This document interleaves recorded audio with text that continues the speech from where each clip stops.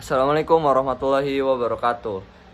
Perkenalkan, nama saya Muhammad Najmi Falah. Saya dari KPI 1B. Di video ini saya akan menjelaskan tentang sejarah peradaban Islam di Cina. Nah, di sini saya akan menarik 4 pembahasan, yaitu yang pertama letak geografis Cina, yang kedua Cina pra-Islam, yang ketiga Islam masuk ke Cina, yang keempat Muslim Cina di masa modern. Oke, langsung ke pembahasan yang pertama, letak geografis Cina. Letak Cina ini antara 18 derajat lintang utara, 54 derajat utara, dan 73 derajat bujur timur, dan 135 derajat bujur timur. Nah, Cina sendiri ini luasnya adalah 9.696.960 kilometer persegi. Secara geografis, Cina ini terletak di kawasan timur dan berhadapan dengan Samudra Pasifik. Sebelum masuknya Islam ke Cina, penduduk Cina itu sendiri sebenarnya sudah banyak yang sudah menganut agama, apalagi yang agama yang sudah emang berasal dari sana, seperti contohnya Konghucu, Taoisme, dan Buddha. Masuknya Islam ke Cina ini itu masuk pada abad ke-7 pada saat kekuasaan dinasti Tang yang dipimpin oleh Kaisar Gaozong. Nah, ekspedisi ini sendiri itu dipimpin oleh Sa'ad bin Abi Waqqas atas suruhan khalifah ketiga kita, yaitu Utsman bin Affan. Sebelum dimulainya ekspedisi ini, memang sudah Kaisar Gaozong ini dan pemerintahan Islam yang di Arab itu sudah mulai bekerja sama dan memiliki hubungan yang baik, sehingga pada saat mulai meminta izin ekspedisi ini sangat diterima oleh Kaisar Gaozong itu sendiri. Nah, Islam itu sendiri juga masuk ke Cina melalui jalur darat dan laut. Bukti yang dilihatkan dan masih bertahan sampai sekarang yang memperlihatkan Kaisar dalam mendukung penyebaran Islam di Cina, yaitu Kaisar membangun masjid yang bernama Huaisheng Mosque yang masih ada sampai sekarang. Nah, jadi awal-awalnya Islam ini masuk Cina yaitu pada saat masih kekuasaan dinasti Tang. Nah, lanjut ke dinasti selanjutnya, yaitu Islam pada saat dinasti Song. Nah, pada dinasti ini banyak Muslim di Tiongkok mendominasi perdagangan luar negeri dan industri ekspor impor. Nah, jadi ya Islam ini pintar lah, udah bisa menguasai perdagangan segala macam dan makmur di negeri Cina. Pada tahun 1070, Shenzhen mengundang 5.300 pria Arab untuk tinggal di negara Song.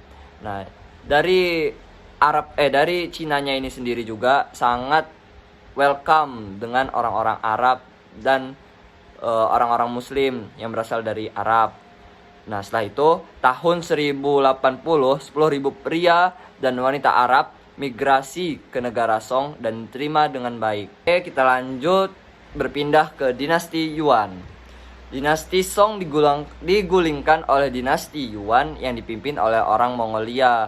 Ya, pada saat itu setelah terjadi pemberontakan dan perang-perang, akhirnya dinasti Song pun runtuh dan digulingkan dan diganti menjadi dinasti Yuan. Banyak Muslim yang menduduki posisi pejabat di pemerintahan, sedangkan penduduk asli Cina dimigrasi dari negara Cina lain agar tidak terjadi pemberontakan. Ya, jadi pada saat ini orang-orang Muslim di Cina itu tidak terlalu terkena dampak negatif, sedangkan yang terkena dampak negatifnya itu sendiri malah orang-orang asli Cina itu sendiri. Nah, pemerintah dinasti Yuan ini mencegah pemberontakan dengan cara itu, dengan memigrasikan orang penduduk Cina. Pada dinasti ini total penganut Islam mencapai 4 juta orang. Nah, udah banyak kan? Nah, setelah dinasti Yuan, kita lanjut ke dinasti Ming. penduduk dari luar wilayah Cina sudah mulai membaur ke dalam kebudayaan Cina.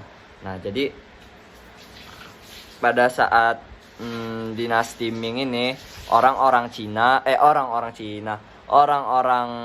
Islam atau Muslim yang berasal dari luar Cina itu sudah mulai mengikuti budaya-budaya yang ada di Cina. Seperti mereka itu udah mulai pakaiannya diganti dengan kayak pakaian Cina. Terus itu mereka juga mulai menikah dengan orang Cina seperti laki menikah dengan perempuan Cina dan kebalikannya juga.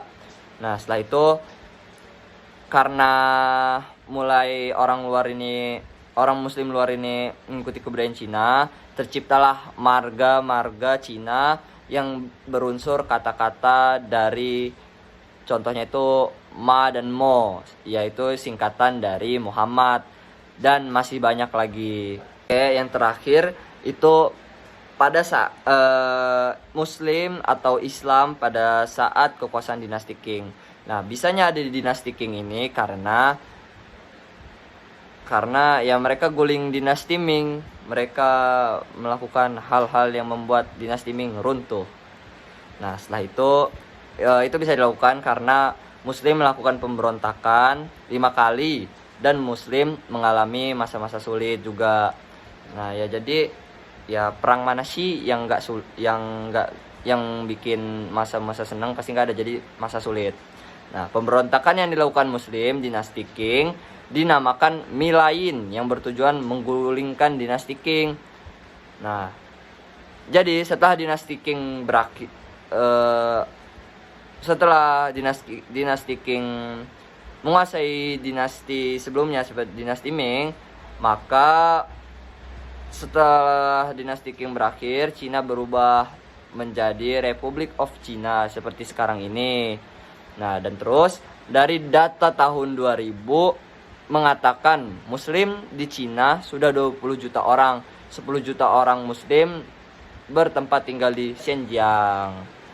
Oke, setelah itu saya sini akan membahas Muslim Cina di masa modern.